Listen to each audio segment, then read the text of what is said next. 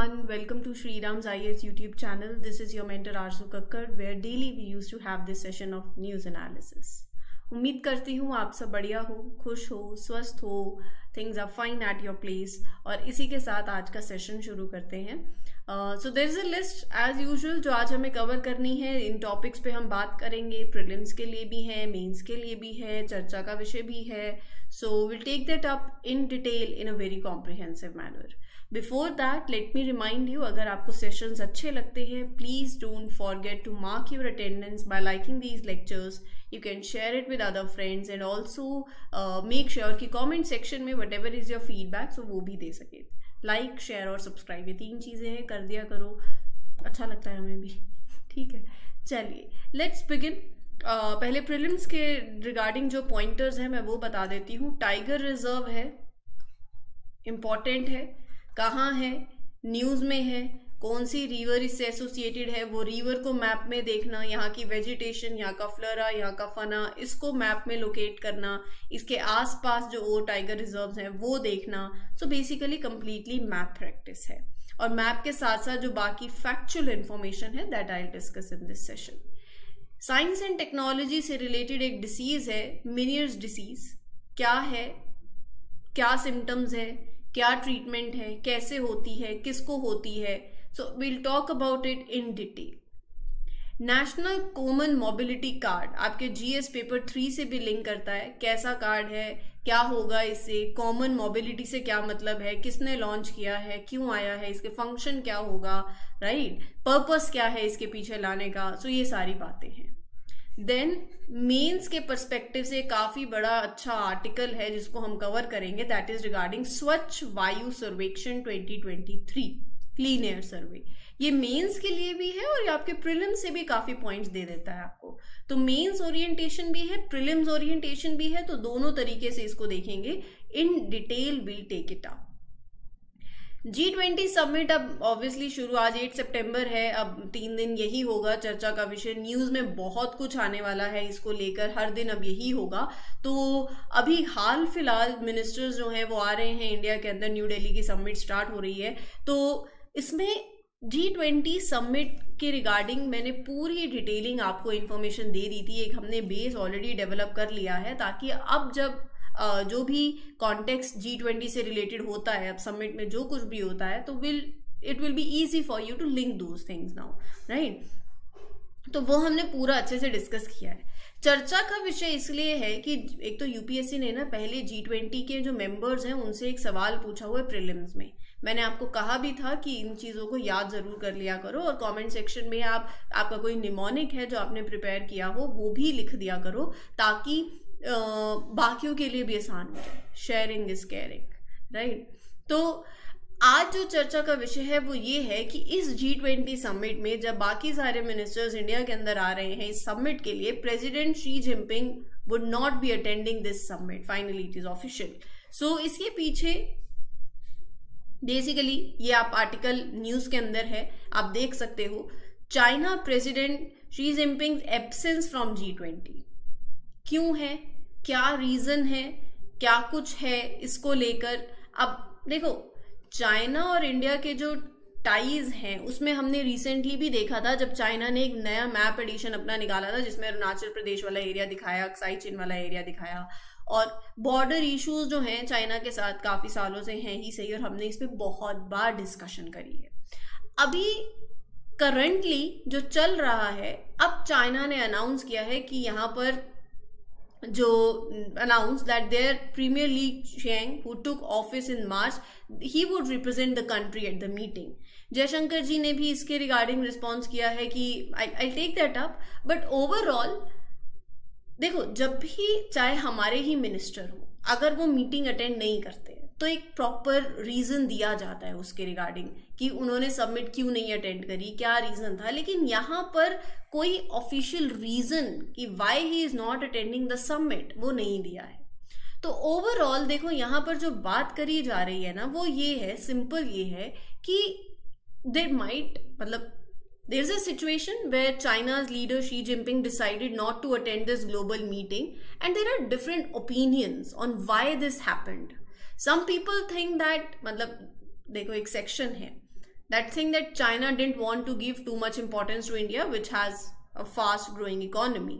अभी चाइना की economy is slowing down, so it see it as a way for China to show India with less respect. तो obviously India इस time पे इतनी meetings कर रहा है और ये बहुत अच्छी बात है इंडिया के लिए, जो चाइना को नहीं पसंद आ रही होगी मे बी. अब इसके रिस्पॉन्स में जो हमारे मिनिस्टर हैं जयशंकर जी ने, उन्होंने यही कहा है at the end of the day countries are represented by whoever they have chosen to represent them, right?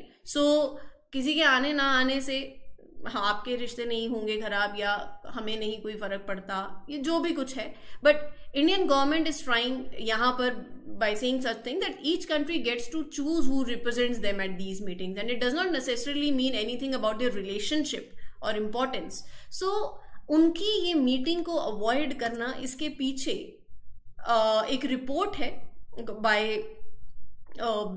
Bye निके एशिया. सो उनका ये कहना है कि अभी कुछ टाइम पहले चाइना के अंदर बिदेई एक जगह है, टाउन जैसा लगा लो आप, वहां मीटिंग हुई, एनुअल गैदरिंग होती है. जो भी चाइना के अंदर, जो जैसे चाइनीज कम्युनिस्ट पार्टी है, इसमें जो भी इसके पहले भी लीडर्स, जो चाहे वो रिटायर्ड लीडर्स हों चाहे इनकम्बेंट लीडर्स हों, उन सबकी एक मीटिंग रही. अब रिपोर्ट ये कहती है कि इस मीटिंग के बाद ये डिस्कशन हुई है. So they may are linking it to internal politics being played out in China.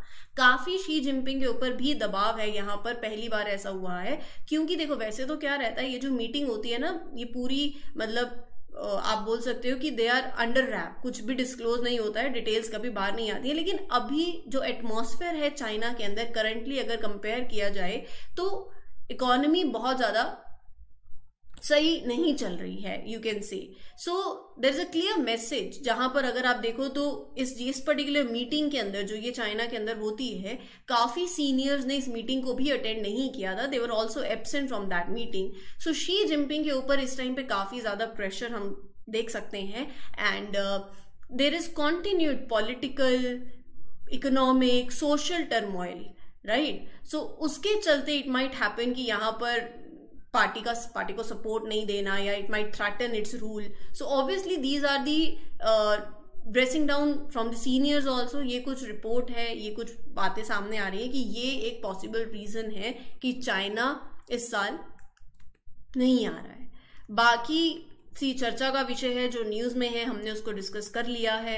And लेकिन हमारे जो मिनिस्टर है उनका यही कहना है कि अगर कोई नहीं आ रहा है तो उसे डजेंट मैटर, ठीक है, जो है सो है. तो ये था न्यूज में.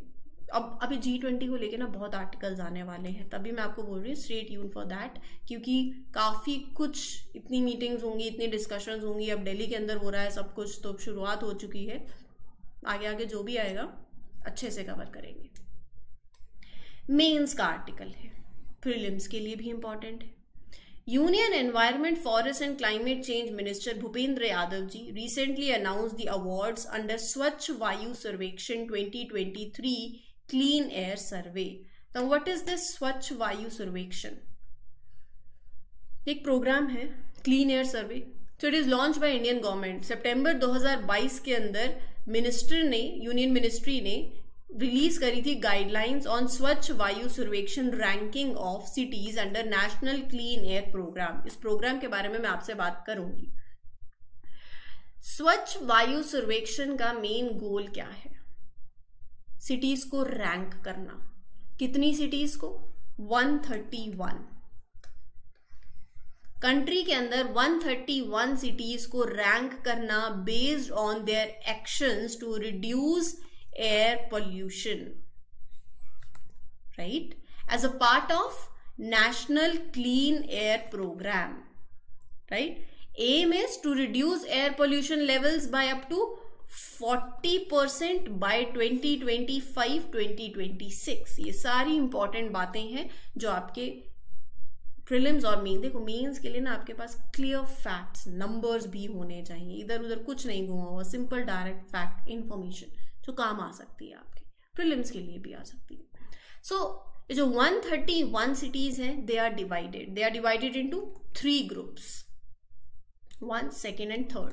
3 ग्रुप्स में डिवाइडेड है based on their population size. Group 1 के अंदर cities with more than 10 lakh people.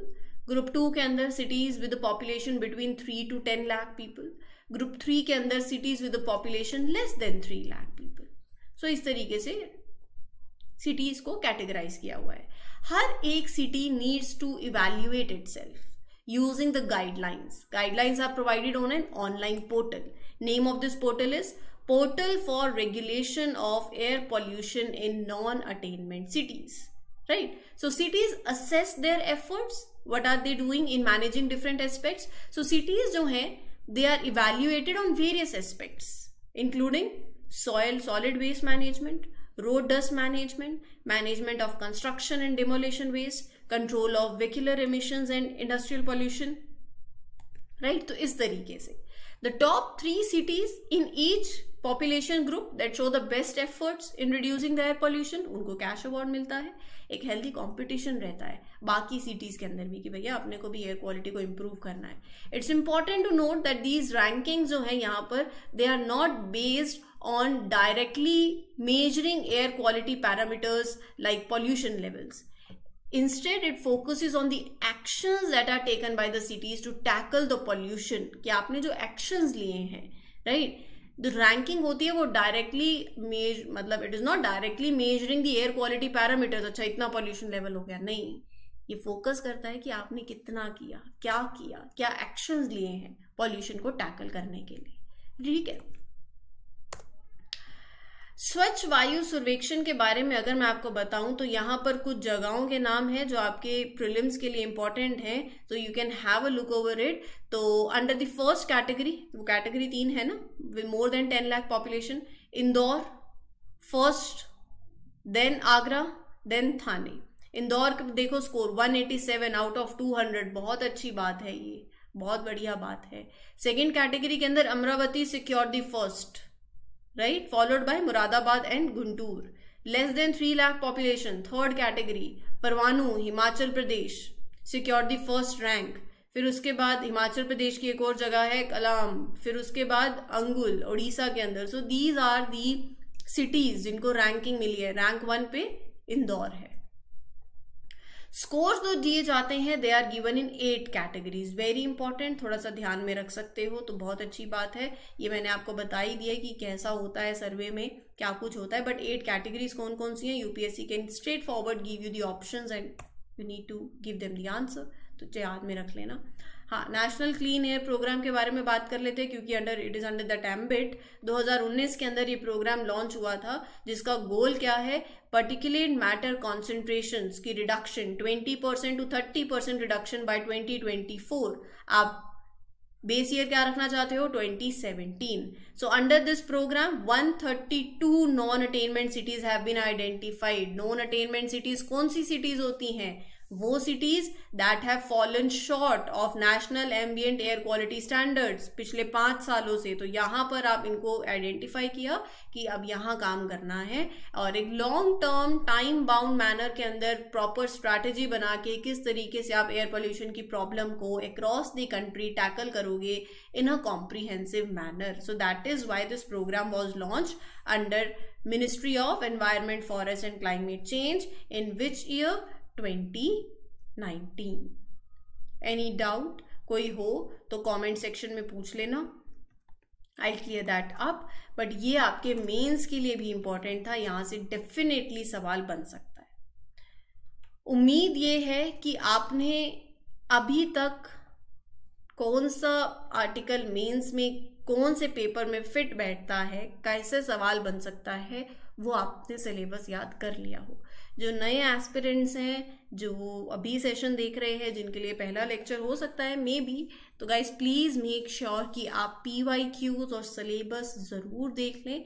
जब हमने ये सेशन शुरू करे थे उससे पहले I used to take PYQs also, ताकि आपका एक माइंड सेट जो है वो इस तरीके से हो जाए कि अच्छा भैया टाइगर रिजर्व से ऐसा क्वेश्चन बनता है, ये मेंस का आर्टिकल, ये कंटेंट मैं यहाँ ऐड कर सकता हूँ और ये इन्फॉर्मेशन मेरे लिए इस GS पेपर में काम की आएगी। तो जितना सिलेबस याद रहेगा उतना आपको फ़ायदा होगा। तो सिलेबस जब तक, देखो यार किसी भी एग्ज़ाम की तैयारी कर रहे हो, बचपन में जब सिलेबस होता था क्लास में एडमिशन लेने से पहले पता चलता था कि अच्छा 8th क्लास का ये सिलेबस रहेगा, फिर तैयार, फिर 8th क्लास में फिर जब आप बैठते थे, ठीक है यूनिट टेस्ट में ये होगा वो होगा, सिलेबस होता है एक, आप पता नहीं क्या एक हवा है, बैठते हैं यूपीएससी की प्रिपरेशन के लिए, सीधा लक्ष्मीकांत खोल लो, है ना, सीधा आर्ट एंड कल्चर के लिए ये बुक खोल लो, हिस्ट्री यहाँ से पढ़ लो, स्पेक्ट्रम खोल लो, सिलेबस नहीं पढ़ते हैं। वो बहुत ज़्यादा गलत बात है। अगर को आपको ये लगता है कि एक बार पढ़ने से बात हो जाएगी ख़त्म, तो ऐसे नहीं होगी। पूरा सिलेबस रट्टा मारना है, मारना पड़ेगा, और कोई ऑप्शन नहीं है। That is very important, right. अच्छा, अगला अब जैसे प्रीलिम्स के लिए चलते हैं, प्रीलिम्स पॉइंटर्स हैं। Satkosia tiger reserve, 2 elephants were recently found, the highly decomposed carcasses of these 2 elephants were found in Satkosia Tiger Reserve. कहाँ पर पड़ता है? उड़ीसा के मेन हार्टलैंड, महानदी यहाँ से गुजरती है। महानदी की ट्रिब्यूटरीज अगर हैं तो जरा मुझे चैट कमेंट सेक्शन में बताना। अब यहाँ पर ये जो टाइगर रिजर्व है, it is located in the heartland of Orissa. 4 districts हैं, वेरी इंपॉर्टेंट। अब सबको ये पता है कि उड़ीसा के अंदर है, कौन सी एरियाज में स्पैन कर रहा है? अंगुल, कटक, बोध, नयागढ़, तो ये सारी जगहें आपको एटलीस्ट याद होनी चाहिए। 4 डिस्ट्रिक्ट्स में स्पैन करता है। मैप में जाकर देखो, इसके ऊपर नॉर्थ में, साउथ में, ईस्ट में, वेस्ट में, कहाँ कहाँ और अगल बगल लगते हैं टाइगर रिजर्व। इंपॉर्टेंट है। महानदी रिवर फ्लो करती है, महानदी के बारे में पढ़ लो। ये चीज़ें थोड़ा खुद से भी देखो, हर चीज़ स्पून फीडिंग से नहीं होती है। You have to make sure कि out of your curiosity you go and search out things, right?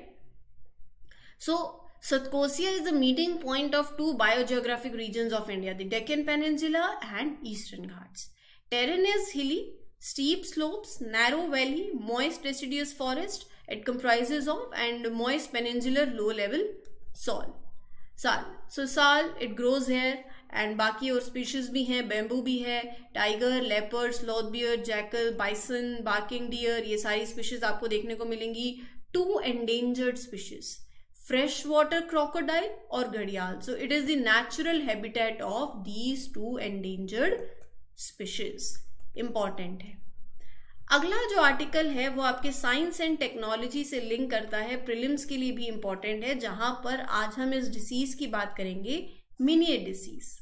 ये कैसी डिसीज है, कैसे होती है, क्या कारण है इसके पीछे? सो बेसिकली एक बहुत ही रेयर प्रॉब्लम है जो कान में होती है। It happens inside your ear. क्या कारण है इसका? See, your ear has a part that is called labyrinth, right? This is where your body keeps it balance and helps your ear. Sometimes होता क्या है, too much liquid builds up inside this labyrinth. When this happens, it can mess up the signals between your ear and your brain. होता क्या है, देखो, when there is too much of liquid in your ear's labyrinth, it may make you feel very dizzy. This is called vertigo, right? Vertigo क्या होता है?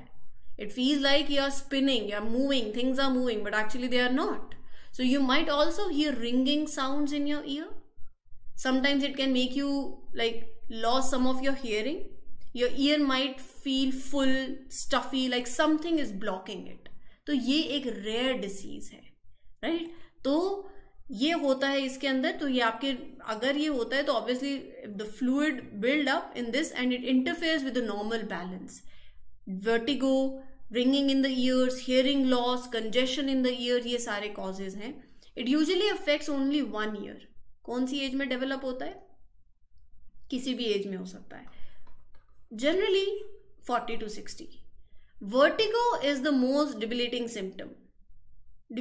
symptom and a severe spinning sensation that can cause severe nausea, vomiting, sweating, ये सारे symptoms आपको देखने को मिलेंगे। Loss of hearing, pressure in the affected ear, loss of balance, right? Ability to hear low frequencies, loss of that ability. So ये सारे issues आपको यहाँ पर देखने को मिलते हैं और ये आपसे किसी भी तरीके से स्टेटमेंट फॉर्मेट के अंदर पूछा जा सकता है। सो मेक श्योर कि आप ये जितने भी सिम्टम्स और ये हम बातें करते हैं कि अच्छा ये कैसे ट्रीट होगा, क्या कॉजेज हैं, क्या ये डिसीज है, वो कवर कर लो। अगर लेफ्ट अनट्रीटेड तो ये symptoms can get worse over the time and they may cause permanent hearing loss and ongoing balance problems.